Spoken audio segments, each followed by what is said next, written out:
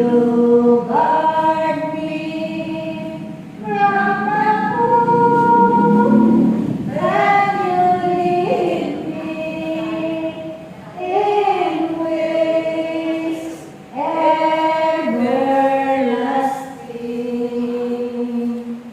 Where can I run from your love?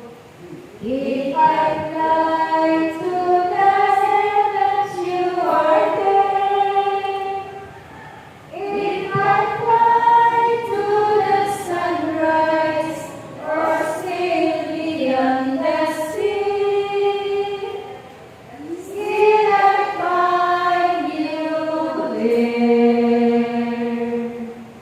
Yahweh, I know you are near, standing always at my side. You guard me from the fool, and you lead me in ways everlasting.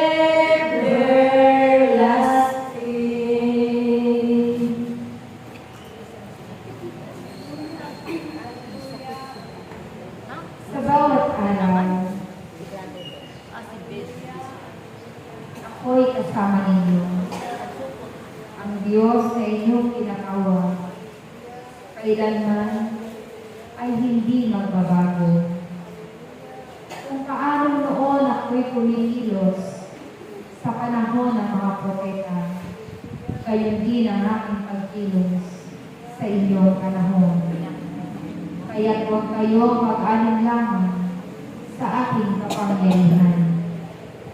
Marami akong hiwaga na maaari kong ihayag, ngunit ang makakaunawa lamang nito ay siyang aking pagpapahayagan at mayroong pananampalataya. Ako si Yahweh ay Diyos na makapangyarihan sa lahat. Ako ang Diyos na lumikha ng langit at lupa. Ako ang Diyos na nagkaloob sa inyo ng buhay. At ako rin ang Diyos na lumikha ng mga bagay na kaaya-aya sa inyong paningin. Walang bagay na hindi ko kayang gawin, sapagkat ang Diyos na inyong ginagawa ay Diyos na may-ari ng lahat. Ako si Yahweh, aking mga anak. Kaya patuloy lamang kayong sumunod sa aking kalooban, sapagkat sa pagsunod ninyo, kayo'y makapagtatamo ng kagalingan at kaginhawaan ng inyong pangangakawan. Ako'y Diyos na hindi lumilimot sa aking tipanan. Kaya kang nakikipag-ipan sa akin ay pananahanan ko magpakailanman. Kayo'y magkaisa, aking mga anak, sapagkat ito ang panahon ng lahat ng aking lingkod, na ang lahat ng aking pinilit-pilira ay aking titipunin, upang sa pagtitipong ito, akong si Yahweh ay inyong pakikinggan. Ako ang nakababati ng magaganap sa hinaharap. Sa pamamagitan ng inyong pagpupuri panalangin, dito ninyo mauunawaan ang aking pagliligtas. Ako, si ako nga, na kailanman ay hindi maglalaho. Ako ang simula at ang wakas. Kaya't kung meron mang pagkabuhay, ito'y nagmumula sa akin. At sa panahon naman na babawiin na ang inyong mga buhay, ito pa rin ay nagmumula sa akin. Kaya't aking mga anak, habang kayo'y narito, nasabi ninyong kayo'y makasunod sa aking kalubingin at sa aking kalooban. Nasabi ninyo na ang bawat oras at panahon ay maging makabuluhan sa inyong buhay, sapagkat sa pagkakaroon ninyo ng mga gawang kabutihan dito sa daigdig, dito ko kayo pagpapalain upang makarating sa buhay na walang hanggan. Kaya't patuloy niyo akong tawagin at paglingkuran. Patuloy niyong ihayag ang aking kalooban at huwag kayong mag-alala. Darating ang panahon, sila'y lalapit sa akin. Kaya't sa pamamagitan ng inyong paglilingkod, magpatuloy lamang kayo at huwag kayong panghinaan ng loob sapagkat akong si Yahweh ay kasama ninyo.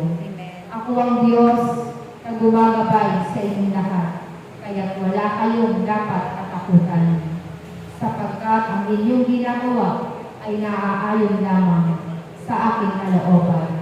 Ang inyong pagsunod ay naaayon lamang sa aking pag-ibig. Kaya't aking mga anak, naway manahan sa inyo ang Diyos magpakailanman. Ako si Yahweh, ang Diyos magpakailanman, ang paulit-ulit na tatawag sa inyong lahat, upang ako ay inyong mapakinggan. Sa inyong pagtitipon, ako'y laging naroon upang magbahagi ng aking mensahe, ng aking kalooban, at ng aking pag-ibig. Magdasal kayong mabuti, aking mga anak, sapagkat ang lugar ninyo ay may nakatakda. Magpuri kayo at manalangin, upang ang panalangin at pagpupuri ninyo ay aking kahabagan. Ako'y Diyos na mahabagin sa mga taong patuloy na nagsusulikap makasunod sa aking kalooban. Magkaisa kayo, at ang bawat isa sa inyo ay mapuno ng kababaang loob. Ang bawat isa sa inyo ay mapuno ng aking pag-ibig, sapagkat ang taong nagkukulang ng pag-ibig, akong si Yahweh, ay nakalilimutan ang pangako sa akin. Ngunit kung kayo'y puno ng pag-ibig sa akin, ang pangako ipanan natin ay lagi kong ilalahad sa inyong lahat. Isang mapagpalang araw sa inyong lahat.